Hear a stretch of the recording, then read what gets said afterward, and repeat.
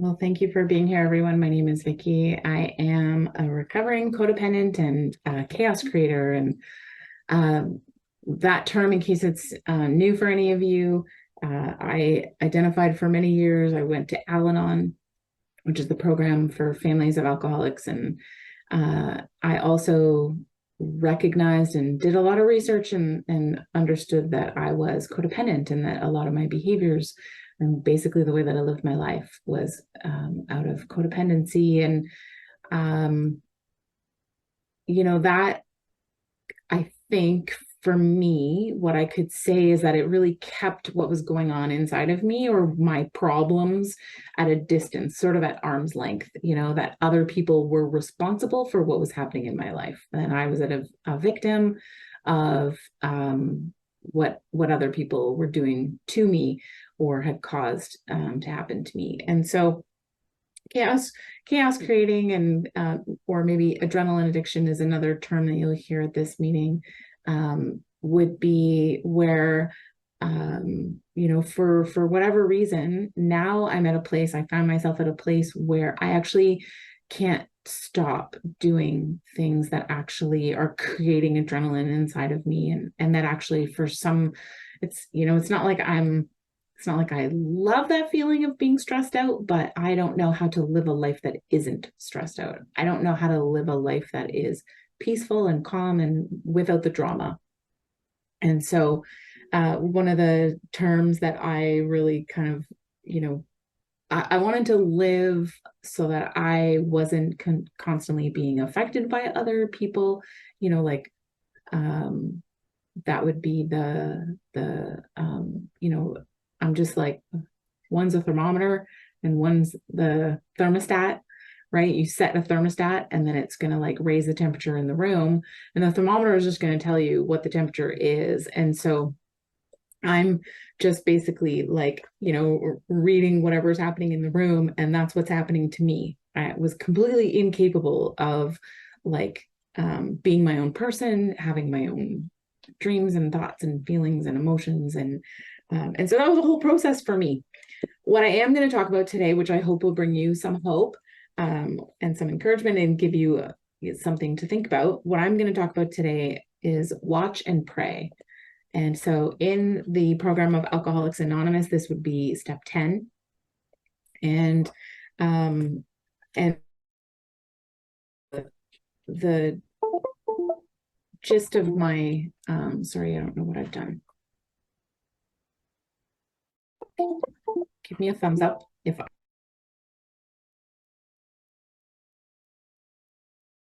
okay.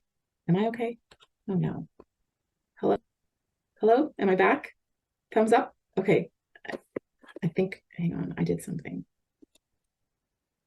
And I need to put, okay, sorry. Joy of double screen. Okay. John, am I good? Am I looking at the right camera? Okay. Okay, so step 10 is continue to take personal inventory, and when we were wrong, promptly admitted it. And I want to read from Mark 14, verse 38, which says, "Watch and pray lest you enter into temptation. The spirit truly is ready, but the flesh is weak." And so I'm gonna mostly, or a lot of my talk today will be a reading from a book called Serenity, which is a companion for 12-step recovery. And it's a beautiful book that really helped me see where, I mean, I saw it, but I couldn't like name it super well, but it really helped me see how the 12 steps of Alcoholics Anonymous are so closely aligned and really straight out of the Bible. And in this chapter in Mark, they've gone to go pray, and Jesus has asked them to pray. And Peter falls asleep, which, that's really been this ongoing process for me for like so many years, where I feel like God is like, hey, this is going to bring you life and joy. And then I just like fall asleep. I was really convicted a few years ago of like my physical health and started working out. And before I started working out, I actually started imagining what would it feel like to actually be strong? Like, is that a possibility for me? Could I actually be strong?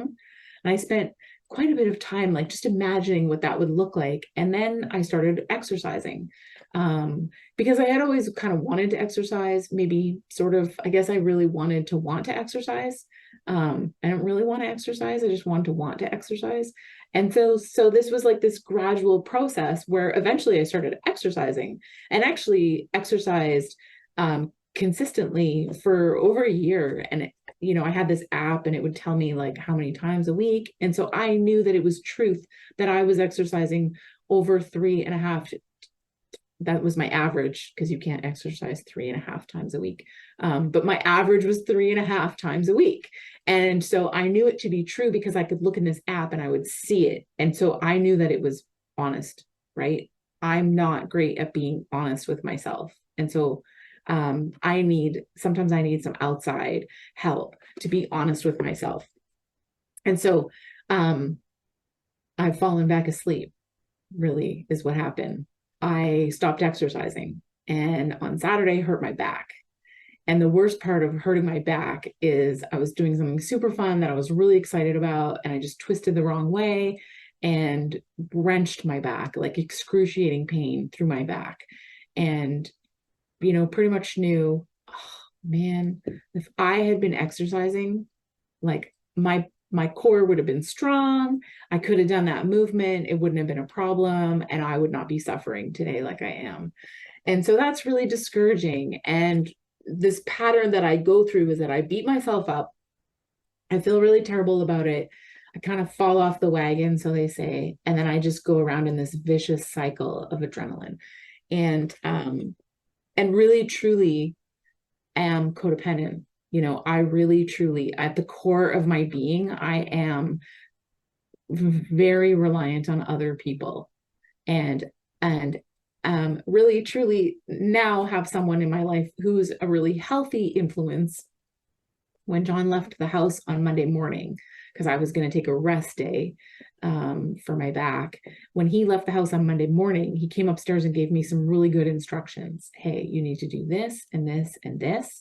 And you need to take care of Jordan because we were away for the weekend. And so you need to really love on Jordan and get this done and that done, and, and make a physio appointment. And so I was like, okay. And I knew I wouldn't remember them all. And I got up and I went downstairs and I wrote them all down. And what I knew to be true is that he'd given me this instruction: take care of Jordan. We were away for the weekend, show Jordan some love, because he knew that almost 100% certainty I'm going to lay in bed all day and feel sorry for myself because I've injured myself. And I'm going to wrap myself in self-pity. I'm going to curl up under a blanket and just feel sorry for myself and get absolutely nothing done, because that's my pattern. That's what I do. And so, currently I have this like healthy influence in my life who kind of pokes me. And so I think that's really what's happening here.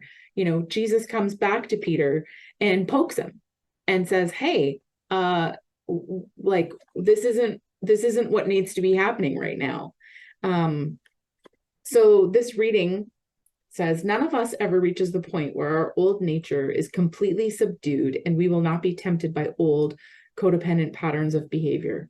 It is significant that in Mark 14:27, Jesus addresses the apostle Peter as Simon, which was his name before he became a follower of Jesus. So he's using his old name.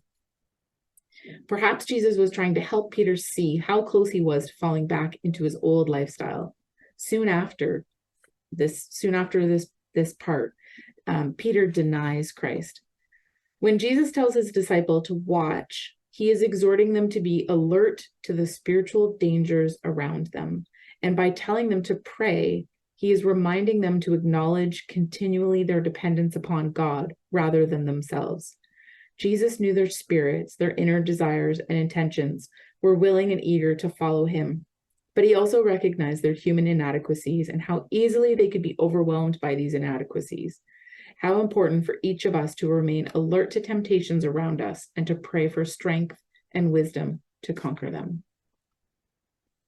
So this is really the concept that we get in AA of step 10.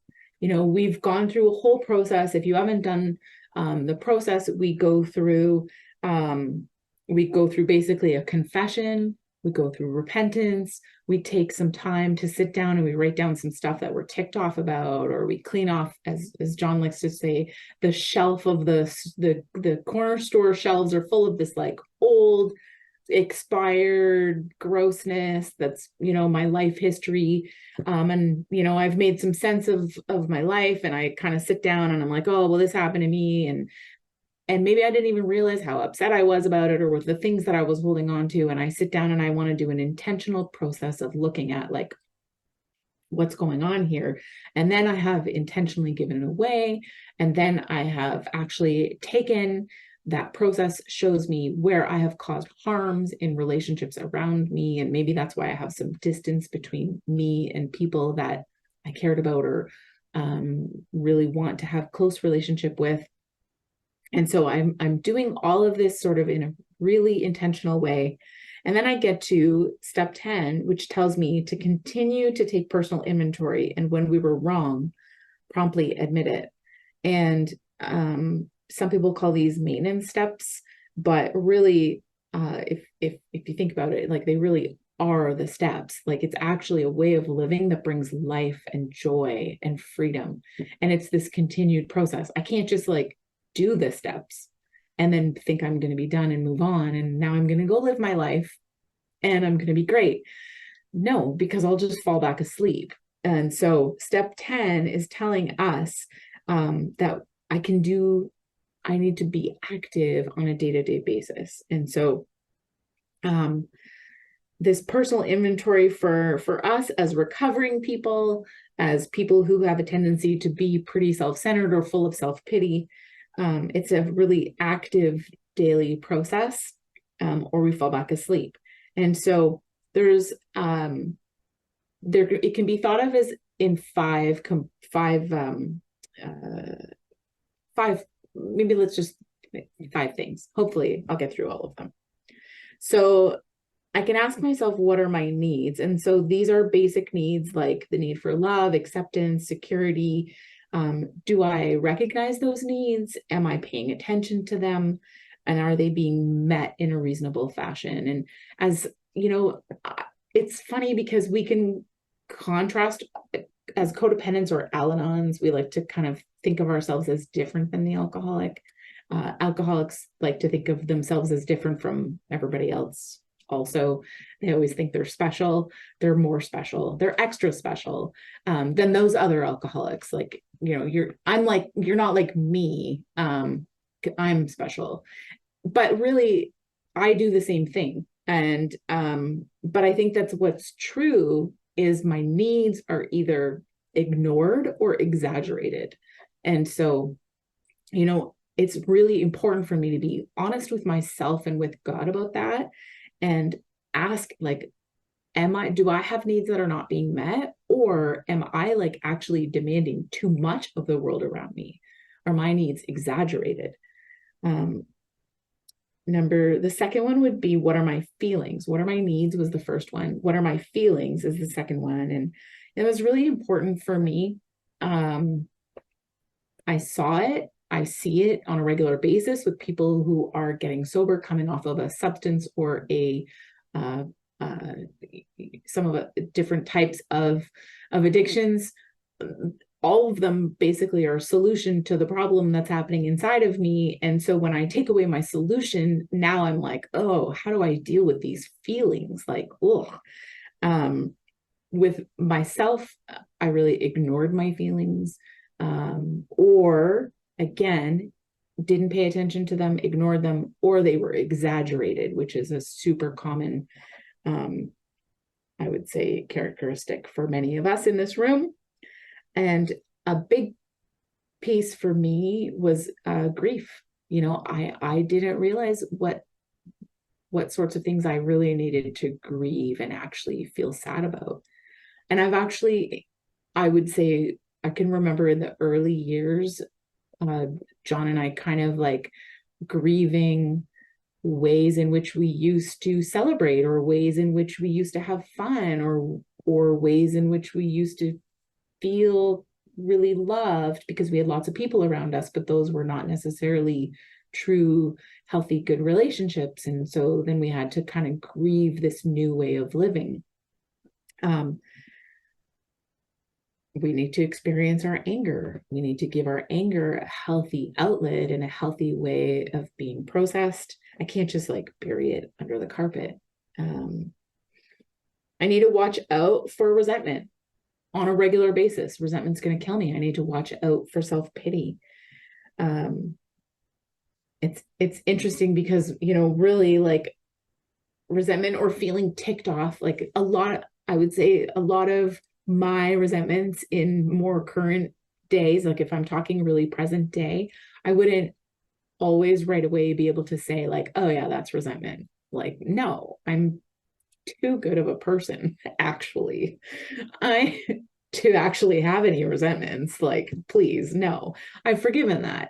Or no, bless them. Like, no, and I can justify it all the way, or I can really, I see the good in people. And so it's really hard for me to like be honest, but it's really important actually for me to be honest. Because otherwise I'm covering over hurt, and I'm covering over fear, because why do I actually even feel this way? Well, I actually felt hurt. Well, why did I feel hurt? Because one of my needs wasn't met, or I'm in a fear. I have a fear here. And I can't just pretend that those aren't there. It doesn't work. It creeps up on me. So, did I fear being rejected or abandoned, or were my needs not being met? All right, this next question. What counterfeit, codependent, addictive, or addictive means am I using in trying to meet my needs? And that's a really important question to ask myself and be honest about. Am I manipulating others? Even in like, again, sweet ways, like I might not realize that I'm doing it, and it can be pretty hard to be honest about. Am I over controlling others? Am I being perfectionistic or compulsive with myself or others? Am I trying to win acceptance by playing the martyr or the victim role in relationships? Or am I compulsively like rescuing or enabling others? And one of the ways, as I was going through this a few years back, the person that was taking me through, she would always say, is my wind getting in other people's sails? I've never sailed, but for some reason that one stuck with me. I have a brother who sails, and him and his wife had to once abandon ship. Like, they got off on an island and begged my mom to book them a trip home because they were like, we can't be on this boat anymore. It's not going well. And, I think it's really important for me to recognize like, oh, I can't be on this boat anymore. Like, I actually, either my wind is getting in someone else's sails or their wind is getting in mine. And those are hard. That's a hard place to come to. And if I don't sit down on a day-to-day basis and with God and watch and pray, I'm going to miss some of those things until it turns into a bigger thing. Because remember, we're talking about this in the perspective of like, every day. What am I looking at these things every day? Boundaries is the next question to be asking about. Like, what are my boundaries looking like? And, and am I honoring other people's boundaries? Are my boundaries too rigid, or are they too fragile? That's a really important question for me to be asking too. Am I keeping people at too much of arm's length? Am I, because that happens when I'm in fear. Am I letting people in where I need to? Or am I respecting the boundaries of others? And, can I accept somebody else's yes or no? Honoring their no is a really important way of honoring someone else's boundaries. And then also recognizing that my own boundaries and it's such a hard word, and there's other talks that we have on our channel about boundaries to really unpack those, but my own no or my own yes, those are indicative of my own personal boundaries. And whether I'm, if I can't follow through on something, then I'm not having good boundaries, and I really need to, that's a little red flag there, and I need to take a look at that. And then, that would take me to like the next step of like, okay, I really need to look at this with God, and maybe make some new, more proper boundaries for myself. And really, like, boundaries are just the fence kind of that I put around my property. And I don't just do that willy-nilly. I guess there's different points in my life where I've had different kinds of fences. I don't really need a big, strong wall, to keep other people out. It's just sort of some guideposts, and, to keep myself responsible for myself and let you be responsible for you. Because that's what I had to learn in my recovery, was that you actually are a grown-up and you can be responsible for yourself. I'm not responsible for you. And lastly, admitting my wrongs promptly. So I look at something for today, and, can look and say like, oh, actually, that wasn't good. I wish I hadn't said that, or I wish I hadn't done that, or wish I had done this. Was supposed to follow through on that. Am I admitting my wrongs promptly? And if I don't admit them promptly and deal with them, I store them, tuck them away, and they grow. And they're either going to grow into something that now I'm this horrible person, or you become a horrible person, because in my messed up brain, I'm going to turn it against you, actually. So I have to really deal with things promptly. Yeah, so I think that, all of it kind of leads back to watch and pray, which I love that story in Mark. It's really worth Mark 14. It's really worth rereading, and just considering like where I am. Is this an effective practice that I have in my life? That's really like, it's instruction from Jesus to watch and pray, and to not fall asleep. And so our daily inventory helps us to assess helps me to assess my relationship with God, and helps me to assess my relationship with others. Where am I at? And am I still yielding my will to God? Like, am I still surrendered? Or have I kind of picked up all the responsibility again, and now I'm trying to play God? Yeah, I think that's the majority of what I wanted to share today. And I'll just close with a prayer, which, it's the promise that we had in step 3. God, I offer myself to thee, to build with me and to do with me as thou wilt. Relieve me of the bondage of self, that I may better do thy will. Take away my difficulties, that victory over them may bear witness to those I would help, of thy power, thy love, and thy way of life. May I do thy will always.